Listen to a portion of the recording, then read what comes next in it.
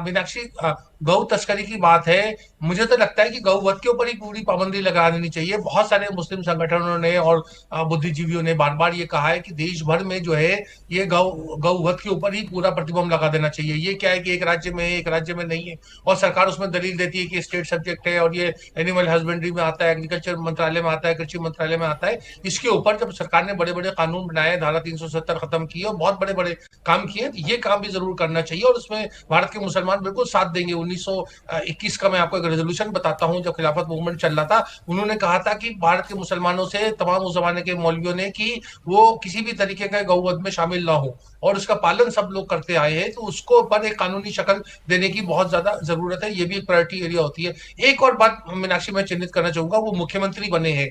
मुख्यमंत्री की उनकी संविधान की जिम्मेदारी है। वो अब 45% वोट जो जिन्होंने उनको वोट दिए उनका प्रतिनिधित्व नहीं कर रहे हैं। अब वो 100 में से 100 लोगों का प्रतिनिधित्व करेंगे। तो इसलिए उनके शासन में उनकी जो जो कार्यशैली है उसमें जेन्युइन सेंस में सबसे बड़ा ये सबका साथ सबका विकास होना चाहिए, जो आपके प्रोग्राम का टाइटल है। अब उन्हें राज धर्म का पालन करना चाहिए। अब उन्हें कोई भी जो जो मनमुटाव था या क्लेश था या जितना भी कड़वाहट थी चुनाव के बीच में, वो खत्म होनी चाहिए। और मुख्यमंत्री का दायित्व बनता है कि वो लॉ एंड ऑर्डर को बिल्कुल बढ़ाए। अगर कोई दुष्ट और पर कोई गलत देखिए, काम करता आज है, आज लेकिन बदले जब की भावना से काम नहीं करना निमंत्रण होगा। दिया गया, रशीद जी आप बात बिल्कुल ठीक कह रहे हैं, जब निमंत्रण भी दिया गया इसलिए ममता बनर्जी को भी निमंत्रण दिया गया था। अब वो आना चाहें या ना आना चाहें, ये उनके प्रेरोगेटिव में था, उन्होंने नहीं आना स्वीकार किया। ये बहुत गलत प्रधानमंत्री अनुचित मोदी ने अनुचित तो कह बात ही है। दिया था ना कि बदले की भावना के साथ काम नहीं होगा, बदलाव की भावना के साथ होगा। तो अब बदलाव की भावना से जुड़ा हुआ एक बयान है, रशीद जी मैं जरा दर्शकों के सामने रख दूं। नई सरकार का गठन हो गया और थोड़ी देर में शुभेंदु कैबिनेट पहली बैठक होगी, और पहली बैठक में क्या होगा इसका ऐलान 4 मई को प्रधानमंत्री नरेंद्र मोदी ने किया था, और उन्होंने आयुष्मान का वादा किया था। पहली कैबिनेट में ही आयुष्मान भारत योजना को हरी झंडी दिखाई जाएगी, और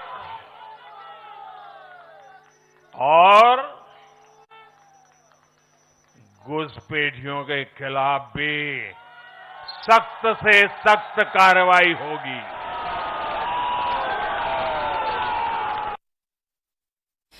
तो अभी जब ये बयान चल रहा था शास्त्री जी, ये तो बहुत बड़ी हकीकत है ना, पूरे देश में आयुष्मान योजना लागू हो जाती है, लेकिन पश्चिम बंगाल में नहीं हो पाती। क्यों? क्योंकि ममता बनर्जी नहीं चाहती थी।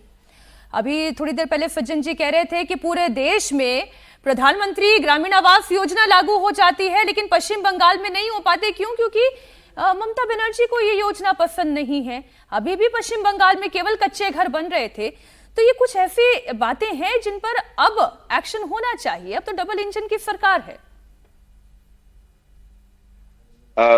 इस बात को मैं मानता हूं मीनाक्षी जी, दैट अभी मौका मिला है कि जो प्रॉमिसेस बीजेपी ने चुनाव के समय और उससे पहले और उसके बाद जो किए थे, उनका इम्प्लीमेंटेशन का काम अभी शुरू हो जाए। दिल्ली के कार्यक्रम में प्रधानमंत्री ने जिन बातों का जिक्र किया था, प्रधानमंत्री ने खुद कहा था कि इन विषयों पे हम इमीडिएटली उनको इम्प्लीमेंट करेंगे।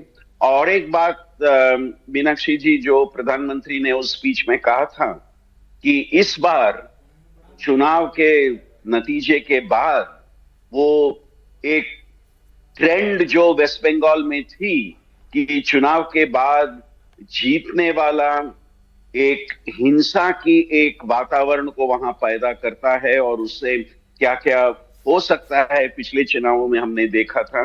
प्रधानमंत्री ने आश्वासन दिया था कि इस बार वो नहीं होगा, वो वातावरण को हम खत्म कर देंगे और कानून सुव्यवस्था को हम बनाए रखेंगे। और वो वादा भी इस सरकार पे वो रिस्पॉन्सिबिलिटी आ जाती है कि उसे वो करें।